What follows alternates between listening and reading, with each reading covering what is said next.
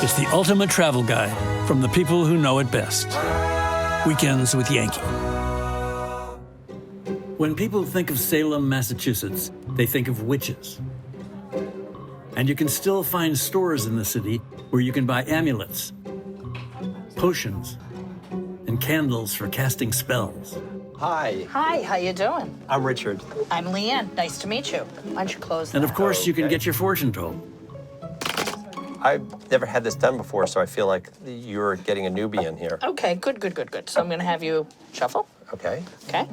I like to look at the tarot cards like a map of your life. Okay. And then once I'm done, if you have anything else you want to ask me, feel free. all Okay. right? Okay, you see, now, this is a scary-looking card. Oh. But if you really, really look at it, it's just your mind is overly active. This is a card of anxiety. And I want you to look at the card very carefully and notice that your bed is safe, comfortable, and warm, and that you have a family surrounded in love. If the occult is not your cup of tea, Salem also has a rich maritime history. At the Salem Maritime National Historic Site, you'll find a modern-day replica of one of the old China trade vessels, the Friendship of Salem. Good Good morning, Richard. Richard is getting a tour of the ship from John Newman. Welcome aboard. Thank you. Nice to meet you. What is the ship we're standing on right now? This is the Friendship of Salem, and she is a replica of the original Friendship of Salem that was built in 1797. She represents a very typical East Indiaman, a ship that traded with the Far East, and specifically with China. The China trade was really what made Salem what it is today. So take me back to those days in Salem at the height of its trade period. What would this area have been like? So this really was a bustling industrial area. There would have been, as they used to describe, a forest of masts. China was very much the rage at that time in Europe and in the United States. The silks, the tea, the porcelain, this was all in great demand. The whole town was in some way connected. The sailmakers, the shipbuilders, the rope makers, there were so many people employed in it. Everybody wanted to be in on the trade. Even the farmers out in the hinterland would have some share in these voyages. It's like the old expression, when your ship came in, it was literal in those days. And so how would this ship have played a role in that history? The original ship was built in 1797. She was the flagship of the Waits and Pierce trading house. They called them houses. And she was the apple of the owner's eye. She paid for herself on her first voyage and then some. They were generally expected to make 400% and 500% profits on each voyage. These ships were the 18-wheelers, if you will, of their time. All right, John, I'm ready for that ship inspection you promised me. All right. Well, the windlass, this is a great tool for lifting heavy things, especially the anchor. The anchor. So this thing turns. These are just so, everything seems so massively built. And that's a solid piece of white oak. And a cannon for pirates? Yes. These are called 6-pounders because of the size of the cannonball. But this one is made of wood. Really? Yeah. This is, and they called these Quaker guns. They were deterrent. In the original manifest, they carried a couple of real ones too. Okay. But it takes 4 men to serve this gun. Right. The crews were total, including the cook, 16 to 18. That's You're gonna get one shot off, and that's all you're gonna get. That's right. That's all you're gonna get. And this area here is called the quarterdeck, and you'd be steering by compass. You can feel the squeak of the blocks.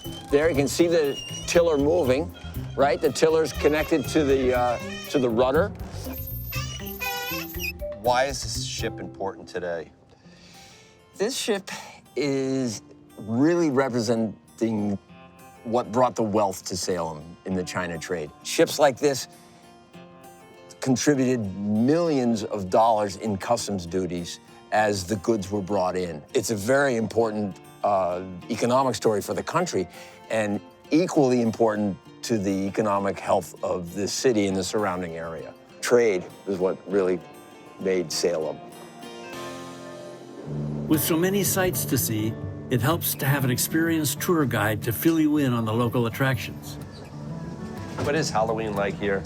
Crazy. Crazy good, I'm assuming. Yeah, we get, 250,000 people in October and 100,000 on Halloween Day if it's a weekend and a good day.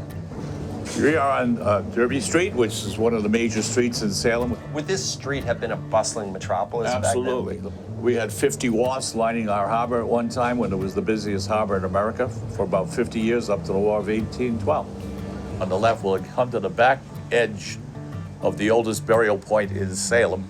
A lot of famous people buried there, including John Hathorne, the hanging judge, who happens to be Nathaniel Hawthorne's great-great-grandfather. Nathaniel added the W to his last name when he was a student at Bowdoin College, trying to put space between him and his infamous great-great-grandfather. What's the House of Seven Gables? This is made famous by the novel House of Seven Gables by Nathaniel Hawthorne. It was John Turner's mansion originally. He was a ship captain, made a bloody fortune trading rum with Barbados. After the war with England, he remained loyal to the King of England, and it cost him everything because the locals refused to do business with him, and he ended up having to sell the house to Captain Ingersoll, who Captain Ingersoll dies at sea, leaves it to his daughter Susanna, and who's she but Nathaniel Hawthorne's second cousin and closest personal friend. They're romanticized. Richard gets a tour of the house from Daniel Marshall. But this area probably would have mostly been workhouses, dairy, and kitchen garden for supporting the home. And I mean, what a spectacular view. The beautiful view of the harbor. John Turner's wharf would have been here. His warehouses would have been here. And he had 15 sailing vessels for the Atlantic trade. So once you're set, we're coming into the front door of the house and going into the parlor here. Okay. This would have been the main entertainment space for the family. It is decorated to match the time period of John Turner II. So this is set to be the 1720s. Hawthorne's novel made the house a major tourist attraction.